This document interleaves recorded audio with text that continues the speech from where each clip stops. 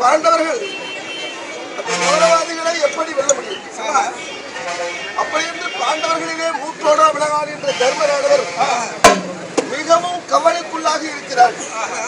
காரணம் என்னவென்றால் தம்பிமார்கள் கடின சபதம் செய்திருக்கிறார்கள் அந்த துரியோதனாதிகளை கொள்வோம் என்று.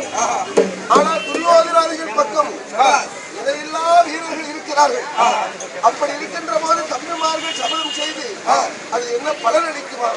அப்படி என்று வேதனையோடு இருக்கிறார் தர்மரானவர். அந்த நேரத்தில் வியாச மகாமுனிவரானவர் அந்த தர்மனுக்கு தரிசனம் செய்து, தர்மா, உன் தம்பிகளிலே யாராயிரம் ஒருவரை சிவபெருமானை குறித்து தபம் செய்து பாசுபதாஸ்திரம் மட்டும் ஒன்று பெற்று விட்டால் இந்த லோகமல்ல, வீரையோட 14 லோகமல்ல, அனைத்து பேரையும் ஒரு வெள்ளிப்பொழுதிலே வென்று விடலாம்.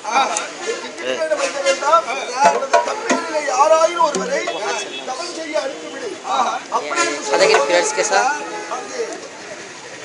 நகுல சகாதேவனை அனுப்பிவிட்டால் மாற்றாண்டாய் வைத்து பிள்ளைகளை தவசுக்கு அனுப்பி தருமன் மட்டும் இருக்கிறான் வாருங்கள் என்று உலகம் நம்மை கேலியாக பேசும் என்று எண்ணிய அந்த தர்மரானவர் தன்னோடு பிறந்த அந்த அர்ஜுன பெருமானை அங்கே சிவபெருமானிடம் தவநிலைக்கு அனுப்புகிறாரா?